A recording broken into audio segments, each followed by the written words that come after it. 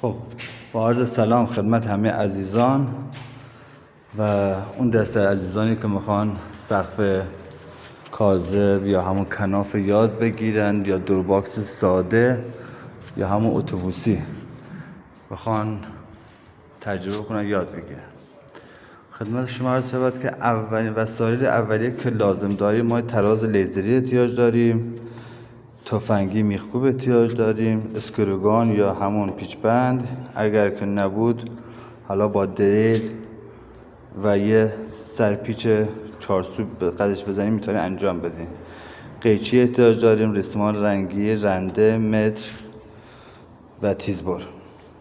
خدمت شما عرض شود که وقتی میخوایم ما باکس اتوبوسی یا هم دور باکس رو کار کنیم، اول باید حالا اندازه که میخوایم در بیاریم، ما که میخوایم اندازه ما باکس ما 40 سانت باشه، عرض 40 سانت باشه.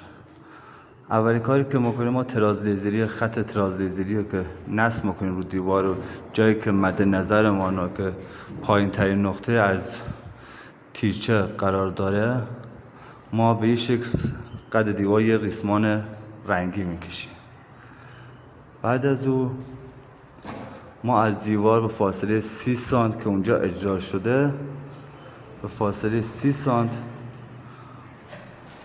ما یه ریسمان رنگی دیگه میکشیم. بعد نبشی قد دیوار رو نصب میکنیم. بعد از اون نبشی قد سقف نصب میکنیم که اینجا که ما پایه زدیم، چون که اینجا تیرچه وجود نداشت یا همون آهن یا شالمانی که باید می بود نبود، ما بین اینا نبود، ما مجبور شدیم که براش پایه بگیریم به شکل گونیا مانند. نبشی پایین که نصب کردیم، نبشی بالام با پیچ نصب میکنیم. اگر تیرچه بود که تیرچه میزنیم که الان اون سمت براتون اجرا میکنیم که ببینیم. بعد از اینکه نبشی که زدیم، نبشی دیوار و بالای زدیم، میه پنل پیشانی نصب میکنیم. پنل پیشانی که میخواید بزنین، اول باید ببینید ارتفاع سقف تا خط ترازمان چقدر میشه. اگر چون بیشتر سقف‌ها که کجه، ما مجبوریم اینجا ارتفاعش بین 29 تا 30 سانت بود. ما 30 سانت برش 30 سانت زدیم. برش 30 سانت زدیم که پنل وقتی که پیچ زدیم و پیچ خورد، نبشی پایین یعنی نبشی آخر میزنیم که با خط تراز ما یکی بشه.